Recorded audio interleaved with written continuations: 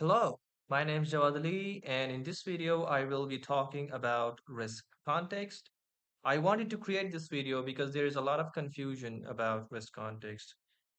We mostly hear about risk assessment, risk treatment, risk monitoring, but unfortunately, this is one of the most important area and it is ignored. So I want to talk about it. Let's start with the ISO 31K. So this is the ISO 31K process.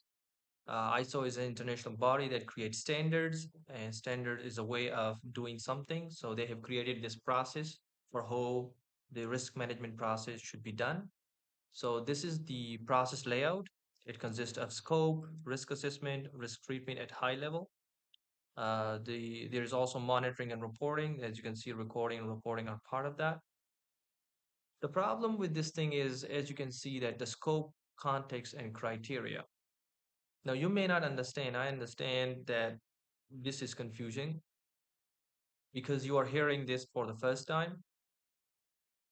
But based on my research, scope and criteria are part of the context. So they are just putting many different things in one place. And also, this process is actually very broad, and they have briefly defined it as scope and criteria. There are many components that are part of the context, which I'm going to dive into. But before I dive into the different parts of the context, I want to help you to define what is actually context so that you are clear. Context is about understanding the parts of the organization that are important for risk management process. For example, in risk, you have threats. You use threat for risks. So this is part of external context. For example, you have risk appetite, you have risk tolerance, you have scope. All of these things are part of the context that help you to understand the organization so that you can customize the risk process according to the requirements that you understand, based on the understanding. Design the risk management process based on the understanding in the context. That's what risk context help you to do. Okay, know that I have made it clear. If you're not clear, it's not a big deal. I mean, it just sets the direction for the risk management process. And because it is coming first, as you can see in the ISO 31K, context come first. So if you get context wrong, risk assessment will be affected. And if context is wrong, risk assessment, risk treatment, and monitoring is going to be wrong as well. You are doing scenarios, you're doing threats and likelihood and impact that just were not correct because the context is not correct. Some of the context is so important that it creates this direction, assign the direction for everything downstream. So if you get this wrong, the rest of the components are most likely going to be wrong. So keep that in mind. Take some time to make sure the context is correct. Okay, so I will now dive deeper into what makes up the context. Context is made up of three components. It's divided into external context, this is internal context, and risk management context. External context, every organization operates in an environment. It operates in this world, for example. It is impacted by politics. It is impacted by conflicts, by economic factors, by inflation, by interest rates. So it is operating in an environment. When you operate in an environment, for example, the world, you're going to be impacted by activities around you. So there are things that that impacts the organization, but it's not in the control of the organization. So external context refers to the environment that's not under the organization control, but it is still impacted by those factors. For example, threats. So you have hackers. Hackers are not under the control of the organization, but they are still impacted by this. Regulations. So you have laws in countries, and when you are operating in a country, you have to follow those laws. So this is not something under your control, but you are still impacted by it. So it's part, as you can see, it's the external context. External context is also made up of many different things. One of the components, some of the components are political, economic, social, technology, legal, environmental. You can expand it to many other things, but there is no need.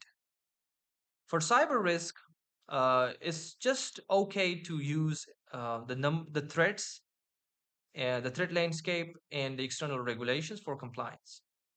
So the threat can consist of state-sponsored cyber criminal hacktivists. You can go even deeper if you want intelligence. For example, what are the different groups in cyber criminals that are targeting your organization? So you can do this, and this is all part of external context. External regulations, this is extremely important for compliance. And there are parts of compliance is also part of the security. You might be very confused with this, but it's okay because why? Well, some regulations have some requirements, some important points in the regulations, that deals with security. So when that deal with security, it means it is in the domain of security, and security must do something to make sure the requirements are satisfied. So external regulations that deals with security and privacy are, related to cybersecurity. So this is external context. There can be many other things, but I'm just focusing on these two external threats and external regulations as part of the external context because it's more relevant and it's more useful. You can use it. Now, moving on to internal context. Internal context is the organization itself. You are understanding the people, process, and technology of your organization. You don't have to understand in detail. For example, when you are creating this risk management process, your goal might be to create a risk management process for a department, for a division in the organization. So, yeah, just keep that in mind. You don't have to understand the whole organization. You just have to understand the part of the organization for which the risk management process will apply. So, what the external context mean? It's about people, process, and technology, but that's still very broad. Part of this thing is just like we have external regulations in internally you have organizations have agreements with external customers, service level agreements, non-disclosure agreements. All of them are compliance regulations, and you have to follow that compliance. For example, you have an agreement with a customer that our service will be up 99% of the time, and it's not 99% of the time. So yeah, you will get into trouble. So this is very important that you take care of the contractual requirements. And I'm not saying you take care of all the contractual requirements. There are sections of the contractual requirements that deal with security and privacy. So it's in the domain of security. Okay, so I wanted to dive further into the people, process, and technology. You can have insider threats, you have external threats, but you also can have internal threats. So insider threats are those internal threats. You can look at it from behavioral analytics, the number of people, the people from different regions, you can do that. HR policies, etc. There's also governance structure. You have people for oversight and execution. So there are people, you have executives, you have managers, you have practitioners, GRC professional, and this triangle where people, practitioner report to managers, the managers report to executives. So you have this structure. You establish that structure. Why? Because in risk management process, you will need approval of some people, you will need some budget requirements, some tools, and for that you need to be reaching out to these people. So it's very important to determine the stakeholders and who reports to what are the communication lines, executes, who monitors, who is in charge. This is the governance structure. And also in security and risk, you are talking about assets. And when I say assets, I mean the more important assets. For example, databases, personal information, important critical manufacturing processes. So the crown jewels, they're called crown jewels. They are the most important assets that if they are disclosed or if they are, not available, there will be a huge damage.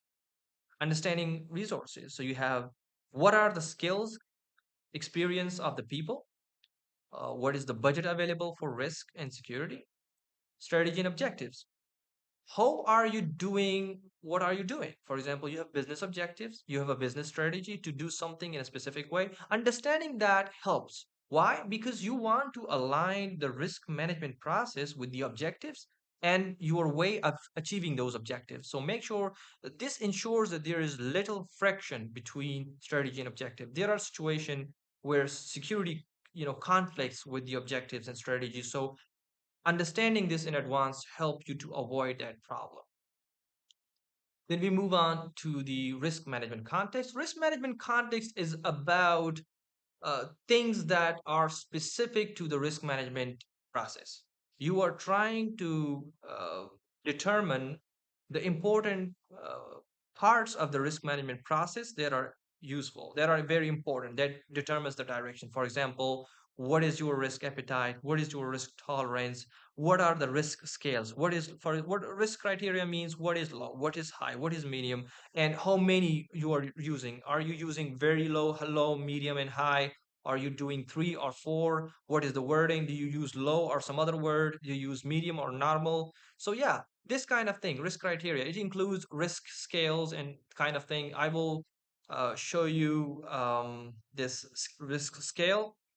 So you can choose the likelihood, the scales for likelihood and impact. So you can use low, medium, and high. You can also use the likely, possible, and very unlikely. So 4 by 4, 5 by 5, it depends. So you can use the number, you can use the wording. Do you use certain or do you use very unlikely? It's up to you. The same goes for impact. So you can use the wording, the number of the criterias, and also what is low. When you have this thing, what do you consider low? What do you consider medium? What do you consider high? So, you can see that you can also create the regions of severity within this impact and likelihood. So this is the risk criteria. All right, risk responses. So, for example, what do you do with low risk? What do you do with medium risk? What do you do with high risk? This is that risk responses. It is helpful, not always required to do this. Communication reporting. What are the communication required? For example, you have a compliance requirement that tells you to do some reporting. So those are the kind of things. What kind of report are you creating? When are you creating it? Who will be reading this report? Those kind of things. Risk identification process. So this is about process. Which process are you using? You document that process, you approve it from executives. Why you do this is because your process needs to be explainable. It needs to be based on some ground. If you have a process that no you cannot explain it and it's an ad hoc, it may not be useful. When you document a process, you can explain it, you can approve it.